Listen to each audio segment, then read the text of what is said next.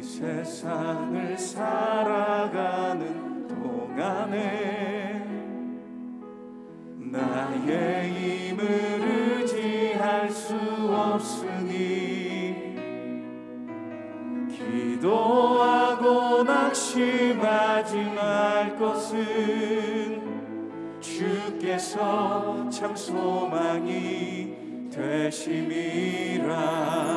다시 한번 이 세상을 살아가는 동안에 나의 힘을 의지할 수 없으니 기도하고 낙심하지 말 것은 주께서 참 소망이 되심이라. 하나님의 꿈이 나의 비전이 되고 예수님의 성품이 나의 인격이 되고 성령님의 권능이 나의 능력이 되길 원하고 바라고 기도합니다. 주의 길을 걸어가는 동안에 세상의 것 의지할 수 없으니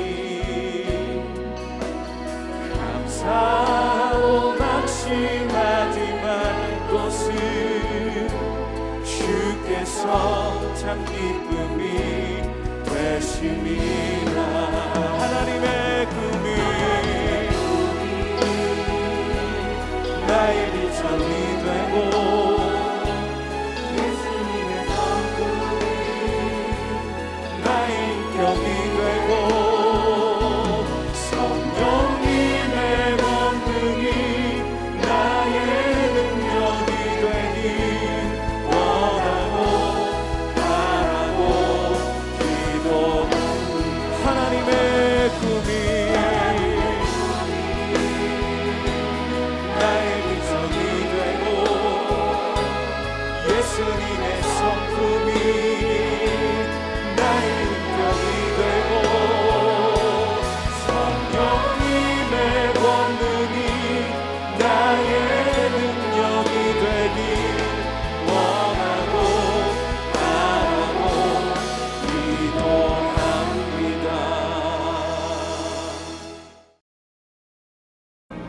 나 다니엘이 중심에 근심하며 내 머릿속의 환상이 나를 번민하게 한지라. 내가 그 곁에 모셔선 자들 중 하나에게 나아가서 이 모든 일의 진상을 물으매 그가 내게 말하여 그 일의 해석을 알려주며 이르되 그 네 큰 짐승은 세상에 일어날 네 왕이라.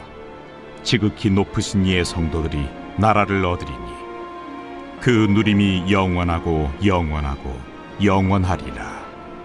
이에 내가 넷째 짐승에 관하여 확실히 알고자 하였으니 곧 그것은 모든 짐승과 달라서 심히 무섭더라. 그 이는 쇠요 그 발톱은 노시니 먹고 부서뜨리고 나머지는 발로 밟았으며 또 그것의 머리는 10뿔이 있고 그 외에 또 다른 뿔이 나오매 3뿔이 그 앞에서 빠졌으며 그 뿔에는 눈도 있고 큰 말을 하는 입도 있고 그 모양이 그의 동류보다 커 보이더라. 내가 본즉 이 뿔이 성도들과 더불어 싸워 그들에게 이겼더니 옛적부터 항상 계신 이가 와서 지극히 높으신 이의 성도들을 위하여 원한을 풀어주셨고 때가 이르매 성도들이 나라를 얻었더라. 모신 자가 이처럼 이르되 넷째 짐승은 곧 땅의 넷째 나라인데 이는 다른 나라들과는 달라서 온 천하를 삼키고 밟아 부서뜨릴 것이며 그 10뿔은 그 나라에서 일어날 10왕이요 그 후에 또 하나가 일어나리니 그는 먼저 있던 자들과 다르고 또 새 왕을 복종시킬 것이며 그가 장차 지극히 높으신 이를 말로 대적하며 또 지극히 높으신 이의 성도를 괴롭게 할 것이며 그가 또 때와 법을 고치고자 할 것이며 성도들은 그의 손에 붙임바되어 한 때와 두 때와 반 때를 지내리라.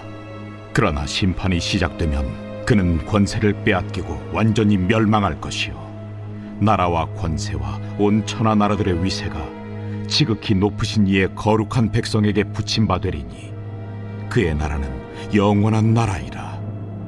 모든 권세 있는 자들이 다 그를 섬기며 복종하리라. 그 말이 이에 그친지라 나 다니엘은 중심에 번민하였으며 내 얼굴빛이 변하였으나 내가 이 일을 마음에 간직하였느니라. 할렐루야! 이 시간 예배의 자리, 말씀의 자리에 나오신 성도님들을 환영하고 축복합니다. 이 하루 주님과 동행하며 세상 가운데 빛으로 승리하시길 소망합니다.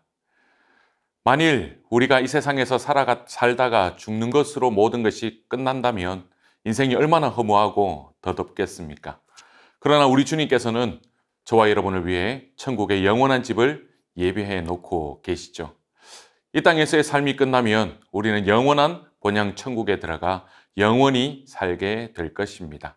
그래서 우리는 사도신경을 외울 때마다 이렇게 고백하죠. 몸이 다시 사는 것과 영원히 사는 것을 믿사옵나이다. 얼마나 복된 삶입니까? 그런데 사도 바울은 감믿은 성도들에게 하나님 나라에 들어가려면 많은 환난을 겪게 될 것이라고 말했습니다. 왜 그럴까요? 우리가 구원받은 후 믿음으로 살아가는 삶은 영적 전쟁이기 때문입니다. 사탄은 구원받은 성도를 넘어뜨리기 위해서 호시탐탐 노리며 우리를 공격합니다. 그러므로 믿음을 지키려는 성도는 고난도 감수해야 하는 것이죠. 다니엘은 미래의 역사에 대한 환상을 보았습니다. 하나님께서는 다니엘에게 바벨론 제국 후에 메데 바사가 일어날 것이고 그 후에는 헬라 제국이 일어날 것이고 그 다음에는 로마 제국이 일어날 것을 보여주셨죠. 그리고 그대로 이루어졌습니다. 이것은 바로 역사의 주인이 하나님이시기 때문에 인류의 역사가 하나님께서 계획하시고 정하신 대로 이루어진다는 것을 우리에게 보여줍니다. 오늘 다니엘은 그가 환상 중에 본 네 짐승 중에서 특별히 넷째 짐승에 주목했습니다. 이 넷째 짐승은 무섭고 두렵고 또 쇠의 발로 먹고 부서뜨리고 나머지는 발로 밟았습니다. 그리고 그 짐승에게는 10뿔이 있었는데 그 뿔들 사이에서 작은 뿔이 나왔죠. 이 작은 뿔에는 눈과 입이 있어서 큰 말을 했습니다. 넷째 짐승은 로마 제국을 나타내고 또한 10뿔들은 그 후에 일어날 나라들을 가리키는 것이죠. 그리고 이 특이한 작은 뿔은 적그리스도를 가리킵니다. 오늘 본문은 이 넷째 짐승, 특히 작은 뿔에 대한 천사의 해석입니다. 천사는 이 적그리스도가 성도들을 핍박할 것이라고 말하고 있는 것이죠. 엄청나고 놀라운 환상을 본 다니엘은 그 환상에 완전히 압도되어 근심하며 번민했습니다. 다니엘은 보좌 앞에 모셔선 천사 중 하나에게 이 환상에 대해 물었죠. 이 환상에 대한 천사의 해석은 간단합니다. 천사는 다니엘이 환상 중에 본 네 짐승을 세상에 일어날 네 왕이라고 말했습니다. 여기서 네 왕은 네 나라를 가리키죠. 그런데 천사는 이어서 성도들이 누릴 나라에 대해서도 말해 주었습니다. 엄청나고 놀라운 대제국들이 일어날 것이지만 천사는 결국 성도들이 나라를 얻을 것이라고 말합니다. 그리고 성도들이 얻을 나라는 영원하고 영원하고 영원할 것이라고 했습니다. 네 짐승이 보여주는 세상 나라들은 인간의 힘으로 세워지고 건설되었습니다. 하지만 성도들이 얻을 영원한 나라는 사람이 아닌 하나님께서 세우시고 건설하신 나라인 것이죠. 그 나라는 하나님께서 인자에게 주신 나라입니다. 다니엘은 천사의 간단한 설명에 만족하지 못합니다. 그는 특히 가장 무섭고 두려운 넷째 짐승과 작은 뿔에 대해서 더 분명히 알기를 원했던 것입니다. 다니엘이 본 환상 중에서 가장 주목되는 것은 넷째 짐승에게서 마지막으로 나온 작은 뿔입니다. 더 두렵고 놀라운 것은 이 작은 뿔이 성도들과 싸워 이기더라는 것이죠. 원래 그 짐승은 10개의 뿔을 가지고 있었는데 나중에 새로운 뿔이 나왔고 그 뿔이 나오자 다른 3개의 뿔들이 빠졌습니다. 일반적으로 뿔은 어떤 세력이나 권력자를 상징하는데요. 그런데 이 뿔에게는 눈이 있고 입도 있다라고 이야기합니다. 이것이 다른 뿔들과의 차이점입니다. 이 뿔에 눈과 입이 있다는 것은 이 뿔이 상징하는 세력이 어떤 분명한 의도를 가지고 있다는 것을 의미합니다. 이 뿔은 바로 적 그리스도를 가르치죠. 그러므로 이 뿔은 그리스도를 반대하며 대적하는 분명한 목적을 가진 인물이나 세력을 나타내고 있는 것입니다. 이 적 그리스도는 그리스도를 대적할 뿐만 아니라 그리스도의 영광을 자기의 것인 양 가로채며 행세합니다. 이 뿔이 입으로 큰 말을 한다고 했습니다. 그것은 하나님을 대적하는 말을 한다라는 뜻이죠. 대개 어떤 세력이나 개인이 대놓고 하나님을 대적하는 일은 흔치 않습니다. 그것은 너무나도 두려운 일이기 때문에 그렇습니다. 그런데 이 적 그리스도는 대놓고 하나님을 대적하는 말을 합니다. 이 적 그리스도에 대해서 요한계시록은 이렇게 말씀하고 있습니다. 요한계시록 13장 6절에서 8절 말씀인데요. 짐승이 입을 벌려 하나님을 향하여 비방하되 그의 이름과 그의 장막 곧 하늘에 거하는 자들을 비방하더라. 또 권세를 받아 성도들과 싸워 이기게 되고 각 족속과 백성과 방언과 나라를 다스리는 권세를 받으니 죽임을 당한 어린 양의 생명책에 창세 이후로 이름이 기록되지 못하고 이 땅에 사는 자들은 다 짐승에게 경배하리라 말씀합니다. 놀랍고 두려운 것은 21절에서 이 뿔이 성도를 이긴다라는 것입니다. 이 뿔이 성도들을 이겼다라는 것은 성도들을 괴롭게 한다라는 뜻이기도 합니다. 즉 무서운 권세를 가진 이 적 그리스도는 믿음을 지키기 위해 이 뿔에게 복종하지 않는 성도들을 핍박할 것이라고 말씀합니다. 성도들이 그의 손에 붙임 바 될 것이라고 했습니다. 얼마나 무섭고 두려운 일입니까? 그런데 이 무서운 적 그리스도가 믿음 지키는 성도들을 핍박하는 기간이 한때와 두때와 반때라고 되어 있죠. 정한 때가 있다는 말씀입니다. 일시적이고 반드시 종식되는 것이라고 보여집니다.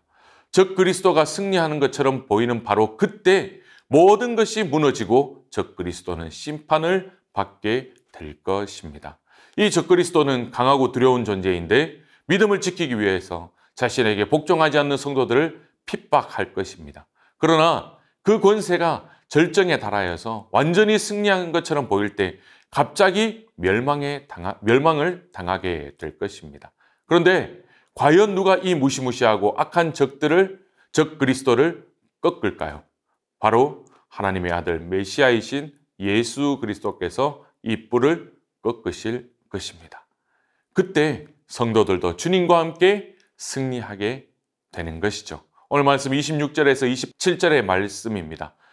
그러나 심판이 시작되면 그는 권세를 빼앗기고 완전히 멸망할 것이요 나라와 권세와 온 천하 나라들의 위세가 지극히 높으신 이의 거룩한 백성에게 붙임 바 되리니 그의 나라는 영원한 나라이라 모든 권세 있는 자들이 다 그를 섬기며 복종하리라 말씀합니다. 놀라운 위로와 승리의 말씀입니다. 이 세상 역사의 절정은 악의 승리가 아니고 성도가 누릴 승리라는 것이죠. 악이 승리하고 사탄이 하나님의 교회를 이긴 것처럼 보일 때가 올 것입니다. 마치 하나님께서 안 계시는 것처럼 모든 악한 세력들이 날뛸 것입니다. 바로 그때 악의 권세가 꺾일 것이고 예수 그리스도께서 호련히 하늘로부터 재림하실 것입니다. 악이 온 세상을 장악하고 있는 것처럼 보일 때도 하나님께서 여전히 모든 것을 다스리고 계시는 것이죠. 엄청나고 두려운 적 그리스도의 횡포와 그 핍박도 사실은 하나님께서 미리 예고하신 대로 이루어지고 있을 뿐인 것입니다. 전능하신 하나님께서는 절대 주권으로 세상을 다스리고 계시는 것이죠. 세상 나라와 인류의 역사가 엄청난 소용돌이 속에서 요동치며 흘러가고 있습니다.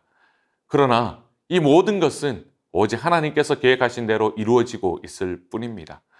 다니엘이 본 환상 중에서 가장 두렵고 놀라운 것은 바로 작은 뿔, 다시 말하면 적 그리스도입니다. 적 그리스도는 지금도 활동하고 있습니다. 적 그리스도의 가장 큰 특징은 무엇이냐? 그리스도를 부인한다는 것입니다. 주님께서 이 세상에 오셔서 구원을 이루신 이후부터 적 그리스도는 끊임없이 나타나고 있습니다. 이 적그리스도는 갈수록 세력을 얻고 강해질 것이죠. 그리고 그 엄청난 세력을 가지고 성도들을 이기고 핍박하게 될 것입니다. 믿음을 지키고 적그리스도에게 복종하지 않는 성도는 불가피하게 핍박을 당하게 될 것입니다.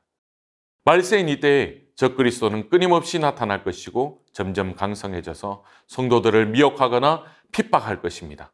오늘 우리는 수많은 이단들이 참남하게도 그리스도를 자칭하며 심지어는 하나님 행사를 서슴지 않는 것을 우리는 보고 있습니다. 이상한 것은 그러한 이단들이 갈수록 세력이 커지고 있다는 사실입니다. 이 마지막 때 성도는 깨어 믿음을 굳게 지켜야 하는 것입니다.